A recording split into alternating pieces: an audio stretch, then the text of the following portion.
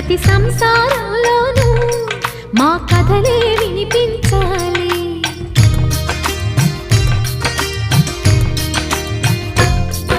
ఆ సిరిని శ్రీహరిని మా జతలో చూపించాలి.